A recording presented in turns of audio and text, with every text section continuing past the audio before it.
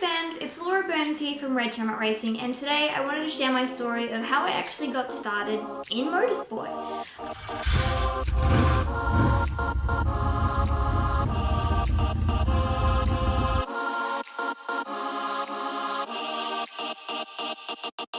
As most of you probably know, I am a first generation racer, so my family don't have a history in motorsport and speedway racing. I got started because I was quite persistent, I guess. So if I start at the beginning, my love for anything adrenaline has come from my dad. So he's always been around motorbikes as a kid, and growing up he had his own as well. So by the time I was born, he had a bit of a motorbike stash, and it was always said that once I could reach the pedals, I could ride on the back of his Ducati. That's where my love of Ducatis has come from as well.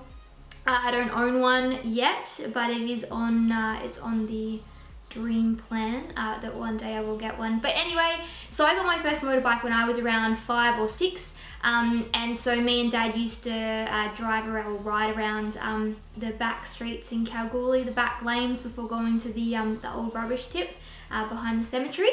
Because I grew up in Kalgoorlie, so we had sort of that freedom to be able to ride the bikes just around the corner from our house, basically.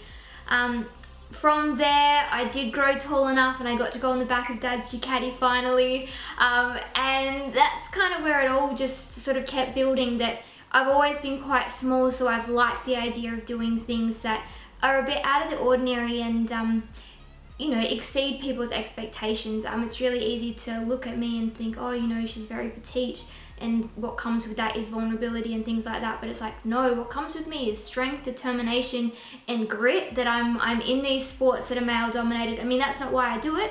I do it because I like to challenge myself.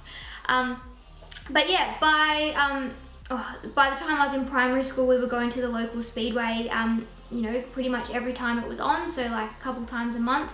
And I just fell in love with it. I loved the idea that there were these people in these cars and going so fast, and I realised pretty quick there was a junior division, and the individuals in that were kids. And one day they announced on the PA system that they were looking for more juniors to join the division. I think there was about maybe 4 or 5 racing at the time. I didn't know any of them. I only knew one person that was in street stocks, Paul Donahoe. And yeah, I said to Dad, I said, I want to race speedway. This is what I want to do. And he's kind of like, no, you don't. Kind of thinking that it was just, you know, as a kid, you're like, oh, I want to try horse riding. I want to do gymnastics. I want to do this and that. And I definitely was one of those kids. I joined the basketball team, and then I didn't understand why I wasn't getting picked. And it's like, it's the height, Laura. I mean, I still like haven't grown since primary school, but yeah, so I was 10 and said, no, Dad, this is what I want to do. He took me down to the local go-kart track as well to see, you know, I want to get into these instead. And I was like, nah, this is boring. No offense to those that do karting. But it wasn't what I wanted to do. I wanted to be in a car. So yeah, Dad ended up working quite hard behind the scenes, and we ended up getting my first car, which is a Daihatsu Charade G10. It belonged to Travis Castagna. And yeah, I remember when it pulled up at the front of our house, and Dad was like, we've got your car. And I walked outside and I was like, what? I just didn't think that, you know, he was actually serious. I didn't think that something like that would be able to happen. Like, it was an absolute dream. I've got on one of my Christmas lists when I was about 6 that what I wanted for Christmas was like a Barbie doll that its hair changes colour, and a race car. And then to actually get a real race car when I was 11 is mind-blowing, absolutely amazing. So we had a very quick turnaround from when we got the car to my first race. I think it was about 2 weeks. We painted it up. I said to Dad, you know, we're kind of going through what colours we want, and I was like, orange, let's go with orange. Thinking that he wouldn't do that, but yeah, I went to his workshop one day and there was a car painted orange, and I was like, Dad, I was only kidding. So and that's how I've ended up with orange cars, and we toned it down a little bit. We put some blue on it, but yeah, the orange is become my colour. And yeah, had 2 weeks to learn how to drive, and we ended up around Kalgoorlie there's what we call fire break, so it's being in the desert. If there ends up being a fire, that's going to protect the town.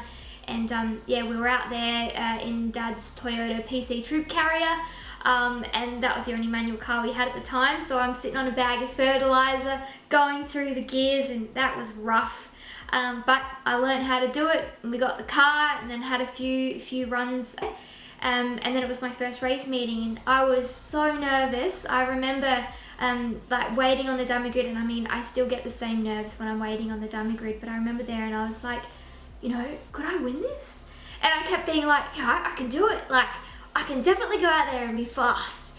I think I got lapped maybe about 3 times because these guys had been racing for years. I think I was one of the only rookies then as well, but you couldn't wipe my smile when I came off after that first round. And yeah, we still didn't have heaps of numbers. I think maybe we had about 5 juniors at the time, but while I was in Cal, those numbers did grow, and that's pretty much how I got involved.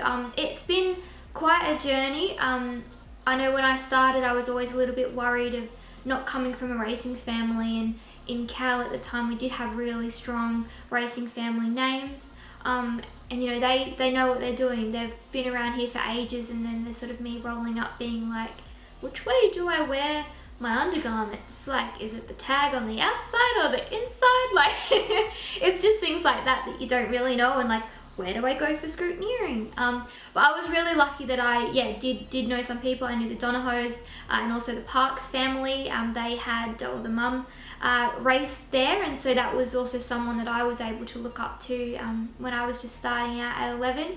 And you know, numbers have grown since then in the females in Speedway in Australia. But it's awesome as well to see people coming back to it, and I really hope that we can continue getting to get the great numbers of females in motorsport in Australia.